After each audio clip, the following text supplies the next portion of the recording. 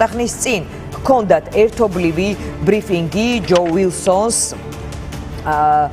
და სტივ კოენს, ერთი რესპუბლიკელია, მეორე დემოკრატი და მარიამ უგრეხელიძე, ამერიკის ხმის ჟურნალისტი ესწრებოდა და აშუქებდა ამ ბრიფინგს. ის ახლა ჩაგვერთვება პირდაპირ ეთერში. მარიამ, მოგესალმები, ძალიან დიდი მადლობა.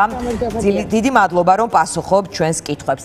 დღეს იწყებს კონგრესი მუშაობას თავისი, ასე ვთქვათ, მნიშვნელოვანი თემებით.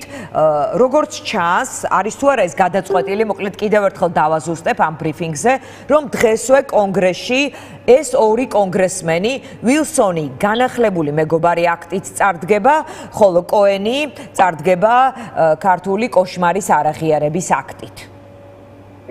გამარჯობა, მოგესალმებით, მიესალმებით თქვენს მაყურებელს. დღეს წარდგენა იქნება მხოლოდ მეგობარი აქტის, როგორც ბრიფინგზე გვითხრეს, თუმცა კონგრესმენი კოენიც გეგმავს, რომ ეს ქართული კოშმარის არაღიარების აქტი, ეს არის სახელი, მაყურებელს მინდა განვმარტო, რომ სწორედ ამ სახელით იქნება წარდგენილი ეს აქტი. უახლოეს მომავალში გვეუბნებიან, რომ სავარაუდოდ მომავალ კვირას, თუმცა როგორც შენახსენეთ, დღეს დაიწყო კონგრესმა მუშაობა, აქ მიმდინარეობს ფიცის დადების ცერემონია, უნდა აირჩიონ ასევე წარმომადგენელთა პალატის სპიკერით და ამას გარკვეული პროცედურები არის გასავლელი იქამდე, ვიდრე რაიმე წარდგენა მოხდება, თუმცა მეგობარი აქტი ხელახლა იქნება წარდგენილი დღეს, კონგრესმენი ვილსონი მას წარადგენს, როგორც ჩვენ უკვე ახსენეთ, თუმცა ძალიან მნიშვნელოვანია და ორივე კონგრესმენმა ჩვენთან საუბარში გაიმეორა ძალიან ბევრჯერ ის, რომ ამ აქტებს აქვთ ორპარტიული მხარდაჭერა. მეგობარი აქტი მაყურებელმა იცის, რომ აქამდეც იყო წარდგენილი და ამაზე მიმდინარეობდა დიდი ხნის განმავლობაში მუშაობა. ის დღეს გვეუბნებიან, რომ მას უკვე აქვს მხარდაჭერა კონგრესის ორივე პალატის, როგორც ქვედა პალატის წარმომადგენელთა პალატის, ასევე ზედა სენატის მხარდაჭერა ორივე პარტიის წარმომადგენლებისგან, როგორც დემოკრატების, ისე რესპუბლიკელებისგან, რაც ძალიან მნიშვნელოვანია იმისთვის, რომ აქტმა თუ კანონპროექტმა მოახერხოს შემდეგ ეტაპზე გადასვლა. მეგობარ აქტში იქნება გარკვეული ცვლილებებიც, როგორც იცით, აქამდე ის ეხებოდა მხოლოდ ქართული ოცნების მაღალჩინოსნებს. დღეს კონგრესმენმა ვილსონმა გვითხრა, რომ ის ასევე შეეხება ქართული ოცნების ყველა წევრს და მათი ოჯახის წევრებსაც, რაც ნიშნავს იმას, რომ სანქციები, რომელსაც დამტკიცების შემთხვევაში მეგობარი აქტი აქამდე მოიცავდა, იქნება გაფართოებული და ის, როგორც უკვე გითხარით, მაღალჩინოსნების ოჯახის წევრებსაც შეეხება. რაც შეეხება არაღიარების აქტს, როგორც უკვე გითხარით, მომავალ კვირას იქნება წარდგენილი და მისი ერთ-ერთი შემადგენელი ნაწილი იქნება ის, რომ თქვენ საუბრობთ პრეზიდენტებზე, მე გისმენთ ჩართვამდე და იქ საუბარი იქნება იმაზე, რომ მიხეილ ყაველაშვილი არ იქნება აღიარებული როგორც საქართველოს პრეზიდენტი და რომ სალომე ზურაბიშვილი აღიარებს ამერიკის შეერთებული შტატები როგორც საქართველოს ლეგიტიმურ პრეზიდენტს იქამდე, ვიდრე ხელახალი არჩევნები არ ჩატარდება ქვეყანაში და იქამდე, ვიდრე ქვეყანას არ ეყოლება, როგორც კონგრესმენები გვეუბნებიან, ლეგიტიმური ახალი პრეზიდენტი. კი ბატონო, მარიამ, საინტერესოა, რამდენი ხმა სჭირდება და აქტის მიღების შემდეგ კონგრესში, თუ ის მიიღეს, საუბარი არის უფრო ალბათ საინტერესო ორივე აქტია, მაგრამ ასევე არის არაღიარების აქტი.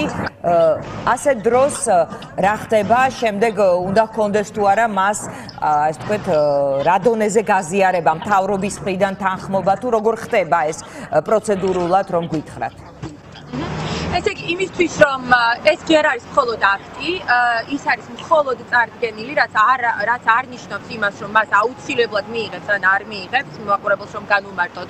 ამერიკის საკანონმდებლო ორგანო, ეს არის ქვედა პალატა. ქვედა პალატაში კენჭისყრის შემდეგ ის უნდა გადავიდეს ზედა პალატაში, მას კენჭი უნდა უყარონ სენატორებმა და სენატმა, სწორედ ამიტომ ვთქვით, რომ ძალიან მნიშვნელოვანია ის, რომ რაიმეს, რაც არ უნდა იყოს წარდგენილი, მათ შორის მეგობარს თუ არაღიარების აქტს ჰქონდეს ორპარტიული მხარდაჭერა, მიუხედავად იმისა, რომ ახლა მაყურებელმა იცის, რომ ორივე პალატაში რესპუბლიკელებს აქვს უპირატესობა და უმრავლესობა, მაინც ძალიან მნიშვნელოვანი იქნება დემოკრატების მხარდაჭერაც და მას შემდეგ, რაც უკვე ორივე პალატა მიიღებს, როგორც წესი, კანონი ეგზავნება ხოლმე პრეზიდენტს ხელმოსაწერად და შემდეგ უკვე პრეზიდენტის ხელმოწერის შემდეგ შედის ის ძალაში.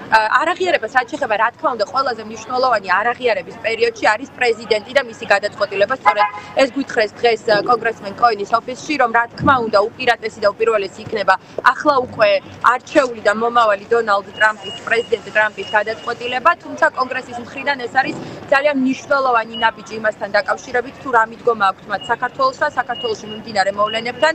არაღიარების აქტი ალბათ ერთი საინტერესო მომენტი არის ის, რომ კონგრესმენები საფუძვლად გვეუბნებიან, რომ მათ მაგალითი აიღეს ასადის რეჟიმთან მიდგომა, როგორც იყო და სირიასთან მიდგომა, როგორც იყო არაღიარების პოლიტიკასთან დაკავშირებით, დაახლოებით იმ გზით მიდიან, აი ამ არაღიარების აქტის წარდგენითაც.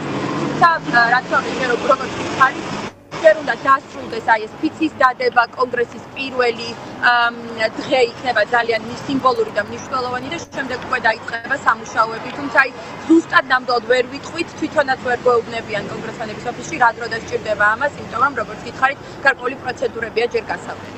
კი ბატონო, ანუ საბოლოოდ აღიარება-არაღიარების თემა იქნება ტრამპის ხელმოწერაზე დამოკიდებული, როგორც მივხვდი, ხო, მასეა? კი ბატონო, ძალიან კი ბატონო, ძალიან დიდი მადლობა. დღეს იხსნება ხომ კონგრესი, კიდევ ერთხელ დავაზუსტებ, დღეს შედის მეგობარი აქტი, ხოლო რაც შეეხება არაღიარების აქციის რამდენიმე დღეში კოენის ინიციატივა, ის დემოკრატი კონგრესმენია, მაგრამ ორპარტიული იქნება ესეც. კი, დღეს სწორად ამბობთ, დღეს კონგრესი იკრიბება, ჩემს უკან არ ვიცი კადრში რამდენად ჩანს, ჩვენ ვართ კონგრესის ერთ-ერთი შენობის წინ, სადაც აი ეხლაც მიმდინარეობს კონგრესმენების მათი ოჯახის წევრები მოდიან და მიმდინარეობს ფიცის დადების ცერემონია. ანუ ოფიციალურად კონგრესმა მუშაობა უკვე დაიწყო. მიმდინარეობს და ძალიან მნიშვნელოვანია, რომ პირველივე დღეს საქართველოზე მოხდა აი ამ აქტის წარდგენა, როგორც მაყურებელმა ალბათ იცის, რომ ამერიკის საარჩევნო პროცესის ბოლო ეტაპი არის 6 იანვარი, როდესაც ხდება არჩევნების სერტიფიცირება. და ეს არის ეხლა ყველაზე მნიშვნელოვანი მომენტი, ასე ვთქვათ, ამერიკის შიდა პოლიტიკისთვის. მთლიანად მთელი საკანონმდებლო ორგანო არის აი ამაზე მობილიზებული, დღეს უნდა აირჩიონ სავარაუდოდ დღეს უნდა აირჩიონ წარმომადგენელთა პალატის სპიკერი და შემდეგი ყველაზე მნიშვნელოვანი ნაბიჯი არის არჩევნების სერტიფიცირება, ამერიკის პრეზიდენტის არჩევნების სერტიფიცირება და ძალიან საგულისხმოა ის ფაქტი, რომ პირველივე დღეს, ასე ვთქვათ, მოიცალეს და საქართველოსთან დაკავშირებული აქტის წარდგენაც ხდება, არაღიარების აქტს რაც შეეხება, ის სავარაუდოდ რამდენიმე დღეში იქნება წარდგენილი და როგორც ჩვენ გვეუბნებიან კონგრესმენები, მასაც აქვს ორპარტიული მხარდაჭერა. ძალიან დიდი მადლობა მარიამ უგრეხელიძეს, ამერიკის ხმის ჟურნალისტ და